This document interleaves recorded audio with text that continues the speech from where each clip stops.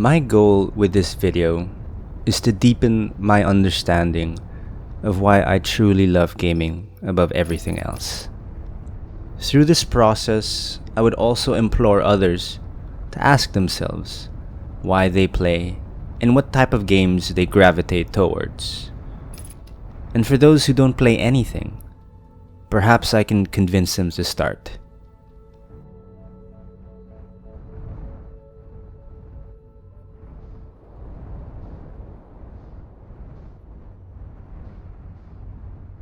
Of the many forms of entertainment, I believe books to be the closest to games.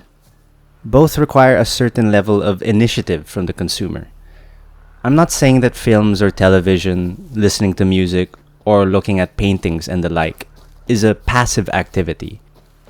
But movies and songs will keep playing without me.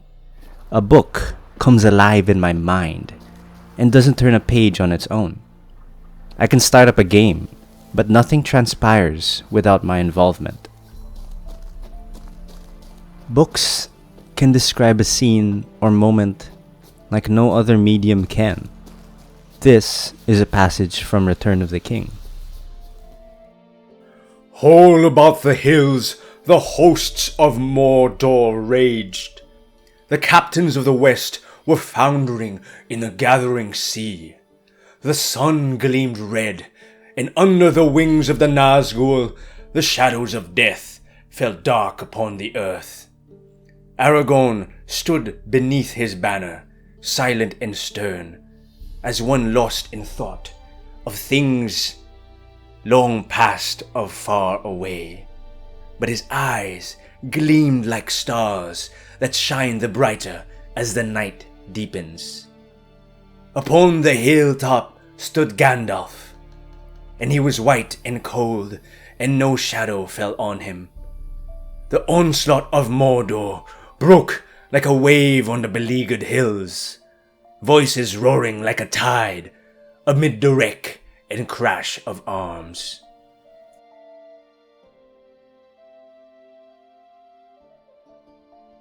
Films and television are excellent for displaying scale and action.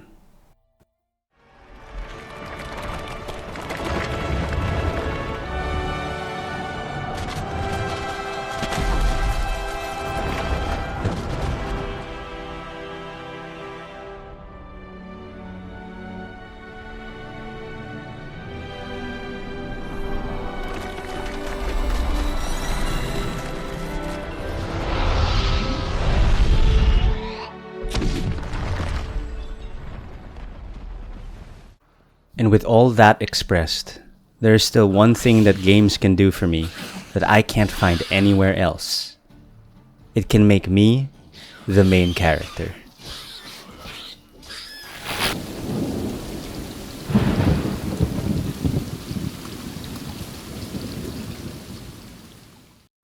Spoiler warning ahead for Elden Ring, Celeste, Hollow Knight, Sekiro, Outer Wilds, Hades, Papers, Please, and Return of the Obra Dinn. I'll be brutally honest. I'm an egotistical person. I want to be the hero, the protagonist, the center of the story. Danger and action call out to me. Growing up reading Spider-Man comics, I loved every movie that came out. But nothing felt better than truly feeling like Spider-Man.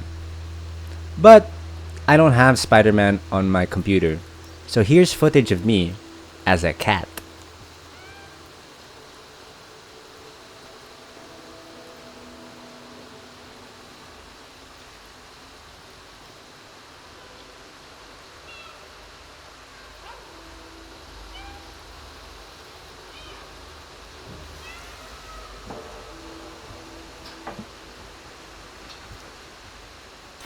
Escapism should go without saying. Living is tough. Finding a job is difficult. Most work is tiring and monotonous. Routines can be tedious. There's always something more to spend on after you buy what you need. Games allow me to live out fantasies that are currently out of reach, or outright impossible. In Valheim, I can build my own home, start my own farm, and live in a village with all of my friends.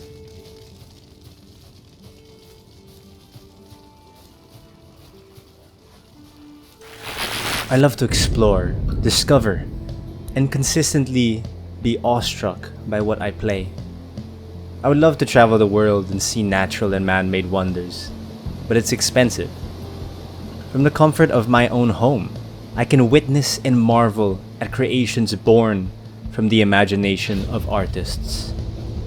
Take every single game by Supergiant.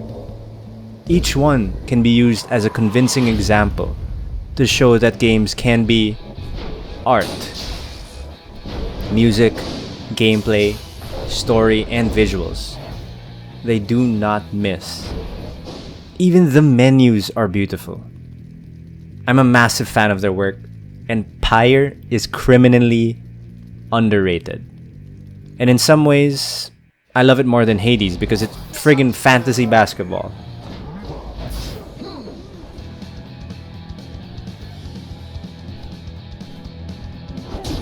Glory first to the Templars. Victory is sweet. The goals in games are discernible. Beat this boss to progress, get to the right side of the screen, build a city, choose option A or B, etc. The best challenges are difficult to overcome, but feel fair all throughout. Fairness can be tricky to gauge, but if repeated failure can be blamed on my lack of skill, that seems reasonable.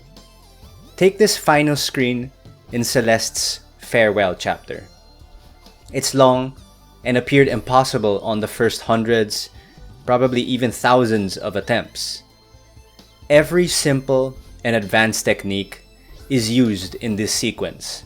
The culmination of everything the player, me, has learned and mastered to get here. Finishing this and other unforgettable games is comparable to when I finish a compelling book, movie, or show. I'm satisfied, exhausted, and sad that it's over. But only in a game can I bask in my achievements. I've finished this screen before, but I did it back in 2021, so most of my skill has decayed. You're going to have to trust me. Plus, I left a link to my Steam profile below as anyone who wants to see proof. Besides victory over the game, I admit that victory tastes even sweeter when it comes from the defeat of others. No obstacle feels fairer and more extraordinary than another human being, and no other loss feels as bitter. Among the popular competitive games, I've played CSGO, League, Valorant, Apex, and Overwatch. CSGO is the one I've played the most. No other experience has given me the same thrill and excitement when playing against other people. I loved being part of a team and hearing cheers from friends or strangers. Many games allow you to tell your own story. When playing Unturned with friends, we joined a role-playing server. I chose to be a farmer and started planting tomatoes. My friend was a builder and created our base. To cut a really long story short, we created an empire founded on our tomato business and became a central hub and neutral zone where bandits and police could eat and meet in peace. One of my friends came up with our unforgettable slogan: Liberté, Égalité, Tomate. And that's why I play games. I'm a self-centered, fantasy-driven, wanderlust, art lover, storyteller who loves to win above everything else.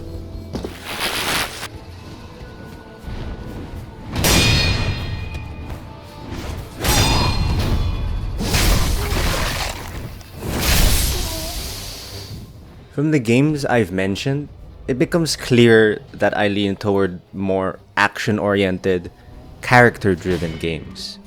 Growing up, I did try playing real-time strategy and turn-based strategy games, From what I recall, I tried Warcraft 3, StarCraft, Red Alert, and even Star Wars Empire at War at one point. Years ago, I did play Rise of Nations with my brother and cousins for a bit, and I was really, really bad at it. I'm not good at micromanaging and thinking about the bigger picture. Charging at problems in front of me and reacting quickly and accordingly is a skill I'm only getting better at. Tackling something head-on relentlessly is something I excel at. That's why when a game presents options for weaponry, I take whatever hits the hardest, and most of the time, they also swing the slowest. Do the Souls games feel unfair at times? Yes, most definitely. It doesn't hold your hand, and it punishes you for every mistake. But with a big hammer or sword, I was able to solve most of my problems. And when I wasn't fighting for my life, I admired the wonders of their handcrafted worlds. Just look at these vistas and views in Elden Ring.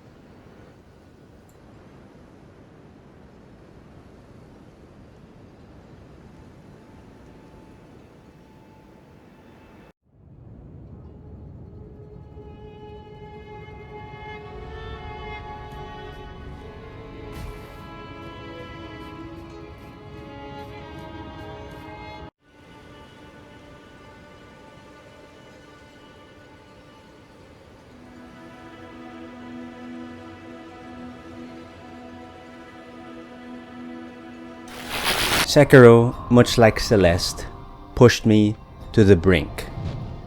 Sekiro didn't offer me an oversized berserk blade, and the two games were similar to me because the only way for me to progress was not to level up the character, but to improve my own skill, to level up myself in a sense.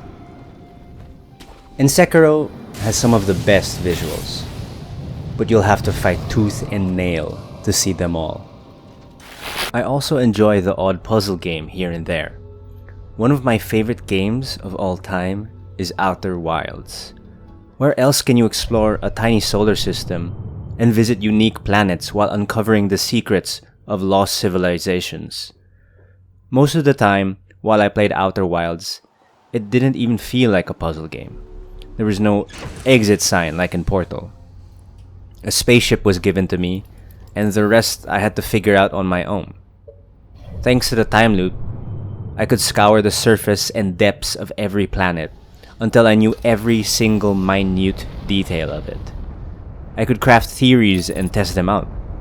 Then, I can watch the end of the universe and live to tell the tale.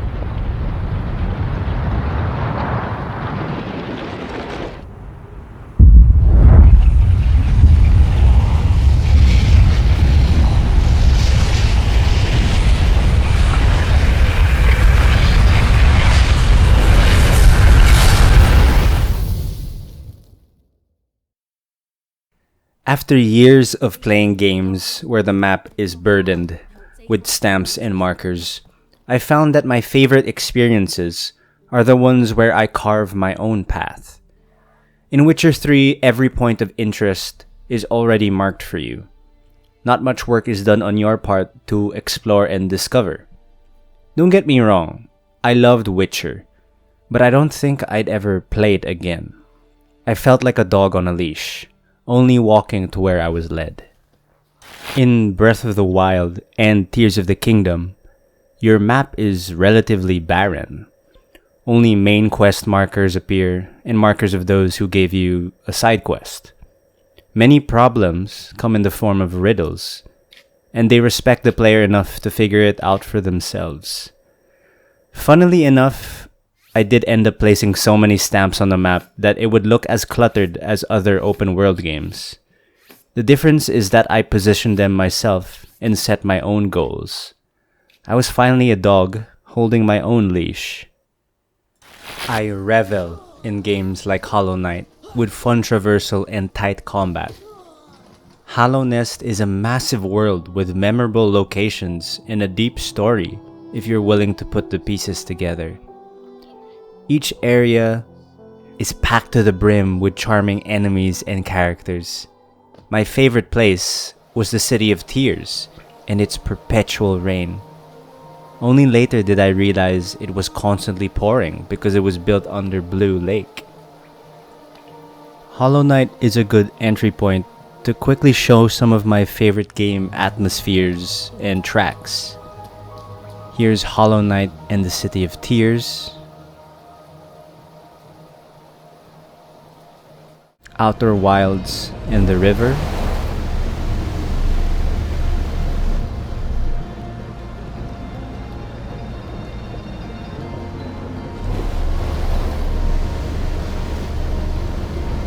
Celeste and the Summit,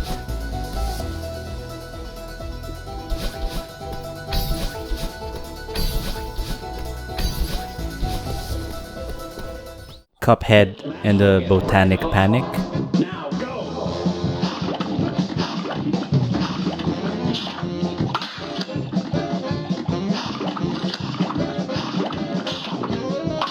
Hades Out of Tartarus,